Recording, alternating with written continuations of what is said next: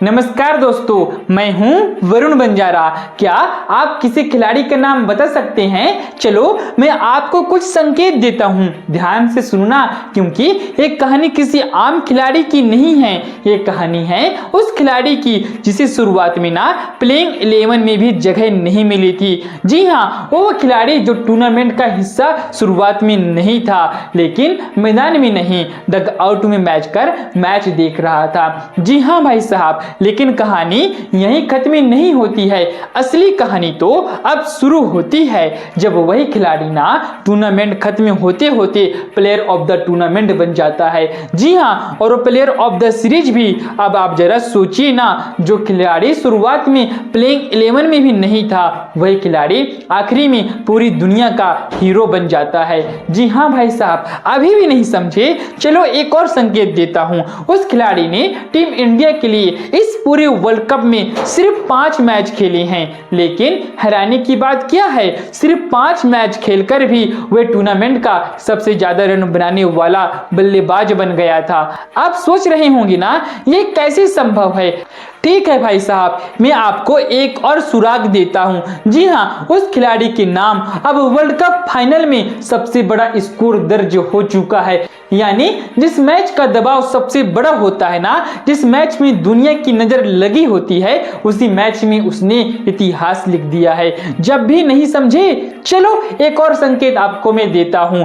World cup की शुरुआत में सिर्फ 5 मैच खेलकर सबसे ज्यादा रन बनाने का जो रिकॉर्ड रोहित शर्मा के नाम था ना, वो रिकॉर्ड भी टूट चुका है। और भी रिकॉर्ड किसने तोड़ा? वो खिलाड़ी है जो शुरुआत में प्लेइंग 11 में भी नहीं था। अब तो समझ गए होंगे भाई, लेकिन अगर फिर भी आप अभी नहीं समझे हैं, तो चलो एक आखिरी सुराग आपको मैं देता हूं। उस खिलाड़ी ने वर्ल्ड कप फाइनल में विराट कोहली का भी रिकॉर्ड तोड़ दिया है।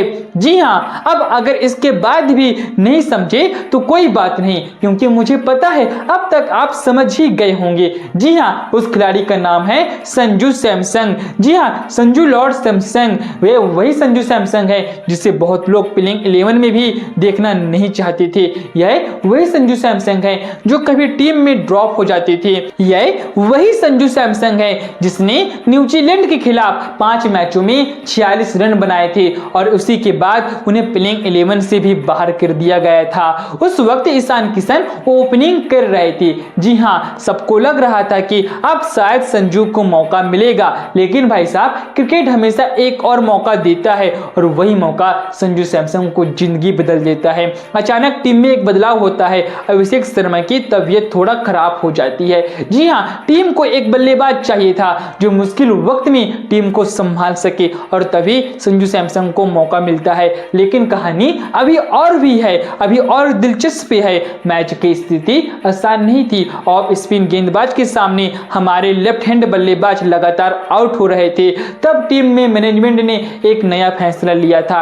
उन्होंने एक लेफ्टी बल्लेबाज को नीचे भेज दिया और क्रीज पर भेजा गया संजू सैमसन को, और फिर जो हुआ है ना, वो इतिहास बन गया। संजू सैमसन ने सिर्फ 46 गेंदों में 89 रन, एक विस्फोटक पारी खेली थी। स्टेडियम पूरा गूंज उठा था। जी हाँ, दुनिया सारी देखती रह गई। ये वही खिलाड़ी था जो कुछ दिन पहले डग आउट में बैठा था। मैच के बाद जब उसने पूछा गया कि इतने बड़े मैच में आपने दबाव को कैसे संभाला, तो संजू सैमसन ने मुस्कुराते हुए कहा, मैंने रोहित शर्मा और विराट कोहली को डग आउट में बैठकर बहुत ध्यान से देखा था।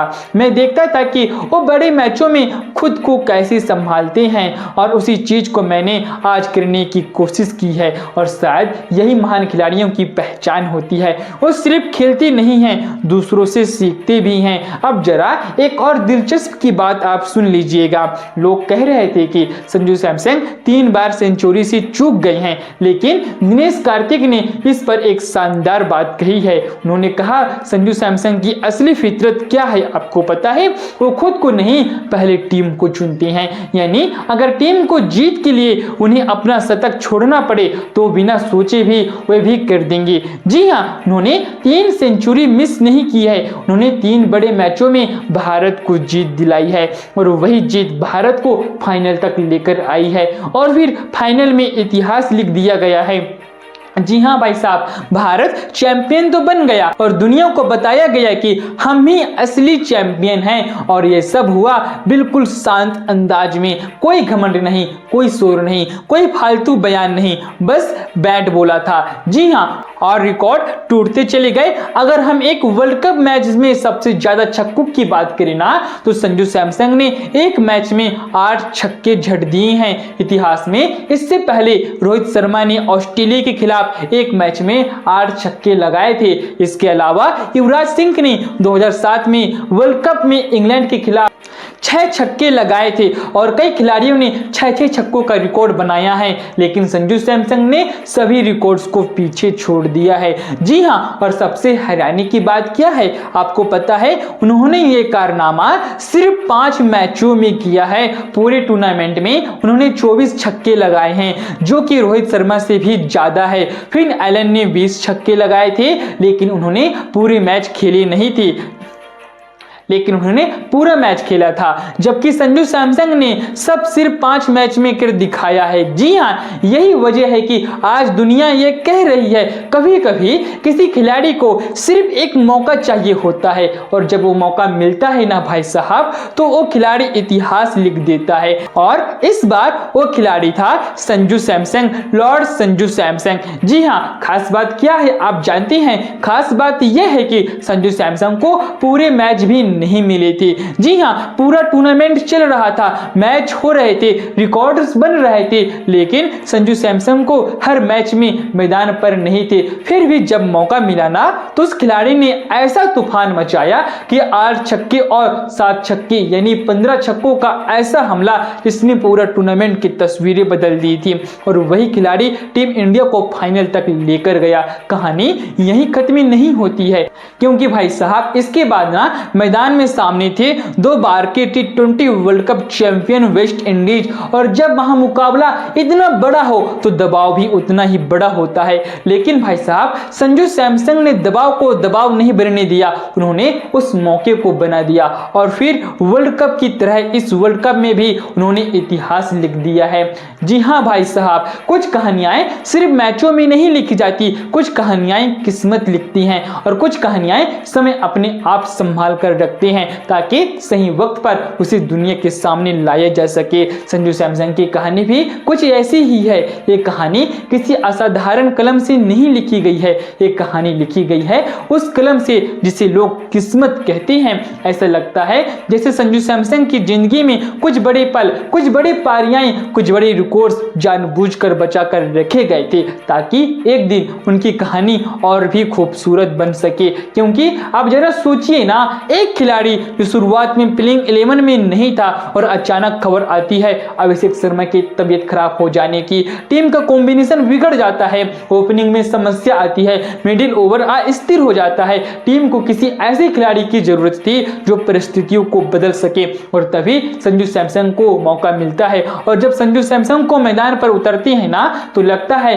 जैसे कहानी पहले से लिखी हुई थी। संजू सैमसन ने खुद कहा था, जब मैंने क्रिकेट खेलना शुरू किया तभी से मेरा एक सपना था। जी हाँ, मैं चाहता था कि एक दिन मैं ऐसी पारी खेलूं जिससे मेरा देश जीते और दुनिया देखे बड़े मैच कैसे जीते जाते हैं। और फिर सिर्फ 5 इनिंग्स में 221 रन, जरा आप सोचिए ना, 5 इनिंग्स में, लेकिन रिकॉर्ड ऐसे जैसे पूरा टूर्नामेंट में राज किया हो। इनमें से 2 पारियां 50+ स्कोर को 2 बार की चैंपियन वेस्ट इंडीज के खिलाफ खेली गई थी, फिर इंग्लैंड के खिलाफ एक शानदार 50, और फिर फाइनल में न्यूजीलैंड की बॉलिंग लाइनअप में जहां सामने थे Jacob Duffy, Matt Henry, Mitchell Santner, दुनिया के बेहतरीन गेंदबाज। लेकिन उसी दिन इन सब के सामने एक ही नाम चमक रहा था, संजू सैमसन। और तभी पाकिस्तान के पूर्व तेज गेंदबाज शोएब अख्तर ने भी कहा, मैं 2014 से संजू सैमसन को देख रहा हूं, ये लड़का हमेशा से बेहद टैलेंट रहा है।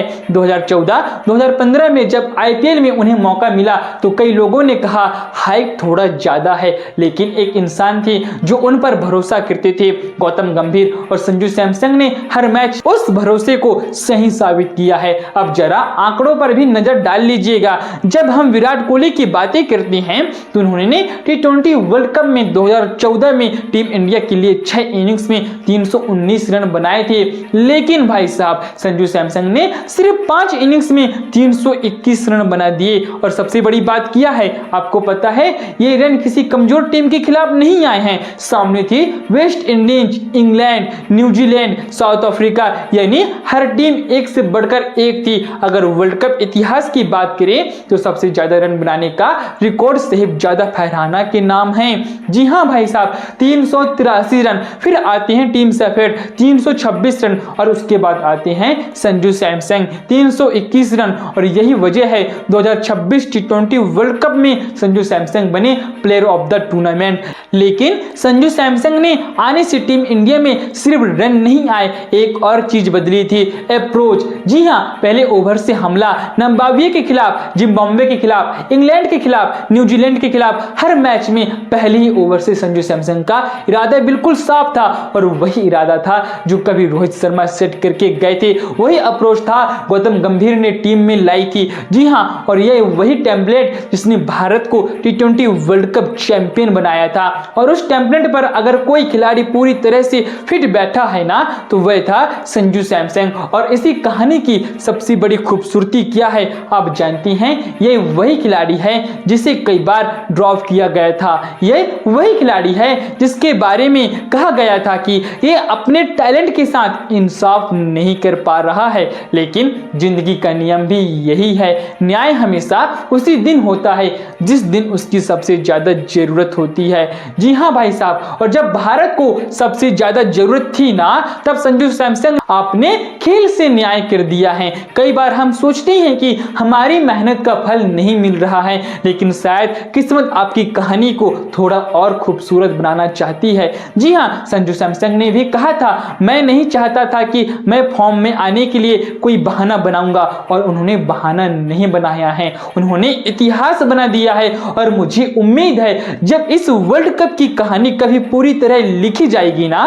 तो उसमें एक अध्याय होगा संजू सैमसंग का, एक ऐसा खिलाड़ी जिसने इंतजार किया मौके आने का, और जब मौका आया तो उसने पूरी दुनिया को बता दिया कहानी अभी खत्म नहीं होती है, कहानी बस सही समय का इंतजार करती है।